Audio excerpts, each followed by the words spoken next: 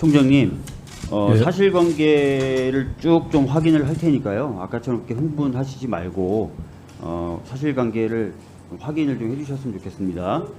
예. 자, 지난번 그 권익위원장에 대한 감사 결과 보고서 관련된 의결을 하기 위해서 모였던 감사위원 회의록을 좀 보면요, 우리 원장님 재척 여부에 대한 논의가 좀 이어집니다. 그 과정에서 우리 사무총장님이 이렇게 얘기해요.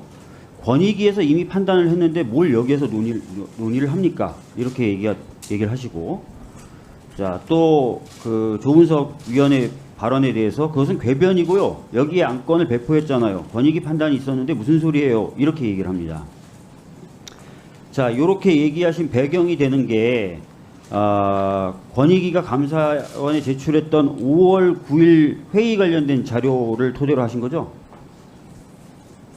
저희가 대심 전에 미리 검토 보고 드린 자료도 있고요. 예. 거기도 상관없다고. 예, 권익위 자료도 있고 그렇습니다. 그러니까 권익위에서 이미 판단을 했다라는 표현은 그 자료에 기반하신 말씀이신 거죠? 5월 9일 회의했고 5월 중순쯤에 보고서 정리해서 저희에게 문서로 예. 또 전달하고 직접 전달도 하고 그랬습니다. 네.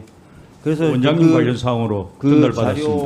자료에 관련돼서 말씀하신 것으로 저희들이 담당하는 연락관 통해서도 확인을 했고요.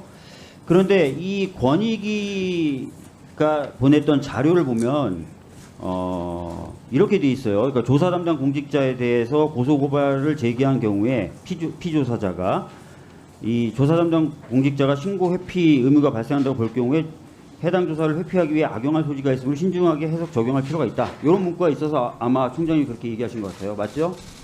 예, 그래가지고 짧게 답변을 해주세요. 그렇죠? 예. 맞고요. 그리고 그쪽에서 네, 감사원장님에 알겠습니다. 관한 거는 네, 또 알겠습니다. 취지를 설명해 줬습니다. 네. 자, 그런데 정작 이 자료를 감사원에 보내면서 공문으로 뭐라고 같이 보내냐면, 다음 페이지 좀 보여주시죠. 이렇게 보냅니다. 이 자료에 대해서 뭐라고 설명하냐면, 이 자료는 관계기관 협의회 회의 자료 및 논의된 사항인데 의견 수렴을 위해서 만든 자료이기 때문에 기관의 최종적인 의견이 아님을 알려드립니다. 즉, 권익위의 최종적 의견이 아님을 알려드린다는 문구가 명시된 채로 보내집니다. 권익위의 문구 표현은 존중하고요. 다만 그 실질적인 내용이 그 취지가 그 객관적 사실이나 법령 취지에 부합합니다. 감사원에 자료를 보내면서 표지격으로 이게 기관의 최종 의견이 아님을 알려드립니다라고 명문으로 기재를 해서 보낸 거예요. 자, 근데 총장님 아까 회의록에 뭐라 그랬냐면 권익위에서 이미 판단이 끝났다라는 취지로 얘기했고, 그죠? 권익위 판단이 있었는데 무슨 소리냐? 궤변이다. 이런 식으로 윽박을 지릅니다.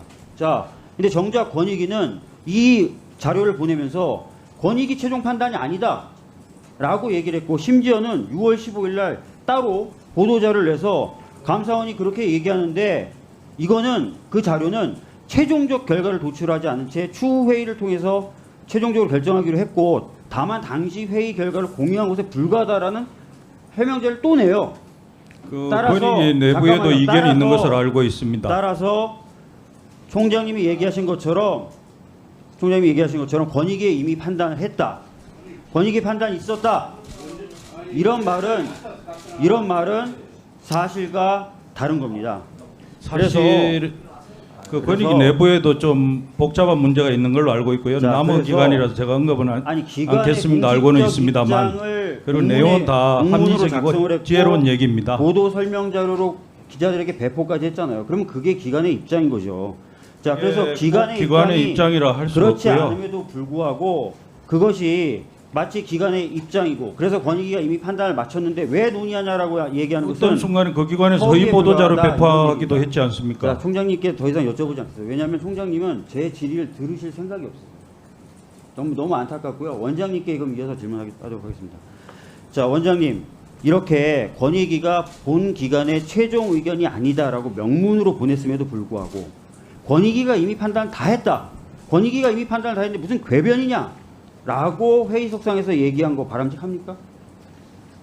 뭐 아마 총장은 이제 그 문구를 그렇게 해석을 한 것으로 아니죠. 이해를 합니다. 명문으로 최종적인 의견이 아니다라는 걸 써놔요. 아까 보여드린 것처럼. 예, 예. 그렇기 때문에 권익위가 이미 판단을 마쳤다는 것은 사실이 아닌 허위의 사실입니다. 그리고 근데 지금 공문이 온 게 6월 7일자 아니겠습니까, 저게? 6월 그렇죠? 7일자입니다. 예. 근데 회의는 6월 1일 날 있었습니다. 그래서 그 전에 저희가 이렇게 5월 말씀드린 예, 취지가 또 29일 있어요. 날인가 이제 원장님, 내용만 아마 전달을 원장님, 받았던 것 저희가 같습니다. 이렇게 말씀드린 취지는 또 있어요. 자, 넘겨주시죠.